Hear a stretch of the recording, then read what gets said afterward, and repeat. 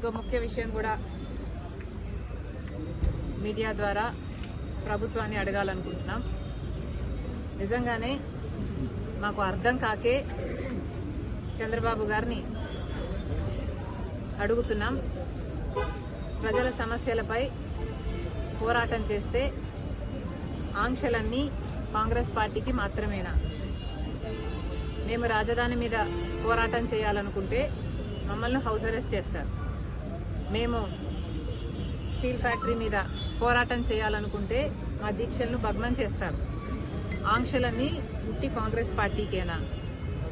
మరోవైపేమో జగన్మోహన్ రెడ్డి గారు పరామర్శల పేరు మీద బల ప్రదర్శన యాత్రలు చేస్తున్నా కూడా ఎటువంటి ఆంక్షలు ఉండవా?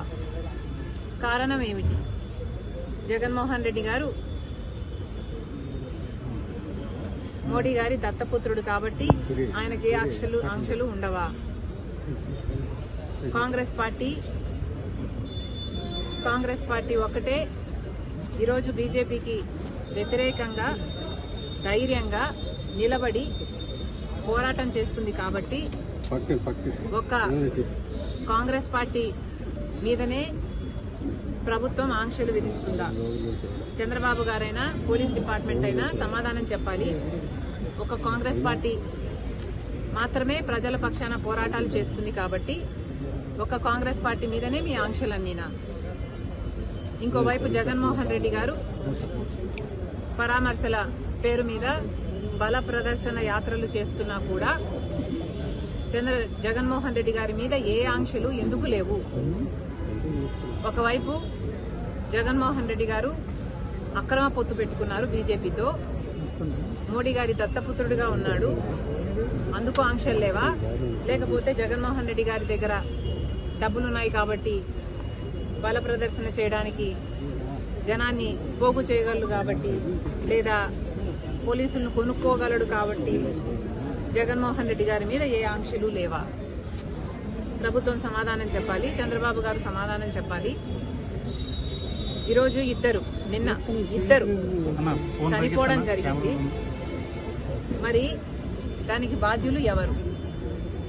పోలీసులు 100 మందితో జగన్మోహన్ రెడ్డి గారికి అనుమతి ఇస్తే వేలల్లో 1000కి పైగానే జనం వచ్చారు. మరి పోలీస్ డిపార్ట్మెంట్ ఇంటెలిజెన్స్ ద్వారా మీకు తెలియలేదా? జగన్మోహన్ రెడ్డి గారు వచ్చిన తర్వాత ఈ జనం వచ్చారా? జనం అక్కడే ముందు నుంచే ఉంటే పోలీస్ డిపార్ట్మెంట్కు అక్కడే ఉండి అది గమనించుంటే మరి జగన్మోహన్ రెడ్డి గారు అక్కడికి రాకముందే ఎందుకు ఆపలేదు? కాంగ్రెస్ పార్టీకి మాత్రమే హౌస్ అరెస్టులు చేస్తారా? జగన్మోహన్ రెడ్డి గారికి ఏ ఆంక్షలు ఉండవా?